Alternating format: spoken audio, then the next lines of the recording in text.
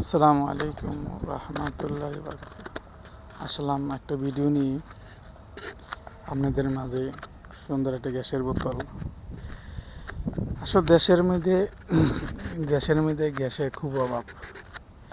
এই নিয়ে একটা গ্যাসের একটা বোতল নিয়ে, এই যে দেখছেন, গ্যাসের বোতল নিয়ে একটা আলোচনা করতেছি। আমাদের সরকারের কাছে একটা আবেদন যে প্রত্যেকটা মিল, গ্যাসের জন্য মিল বন্ধ, কত ওয়ার্কার শ্রমিক বসা। তাই সরকারকে একটা আবেদন যে গ্যাসের উৎপাদনটা আর একটু বাড়ান।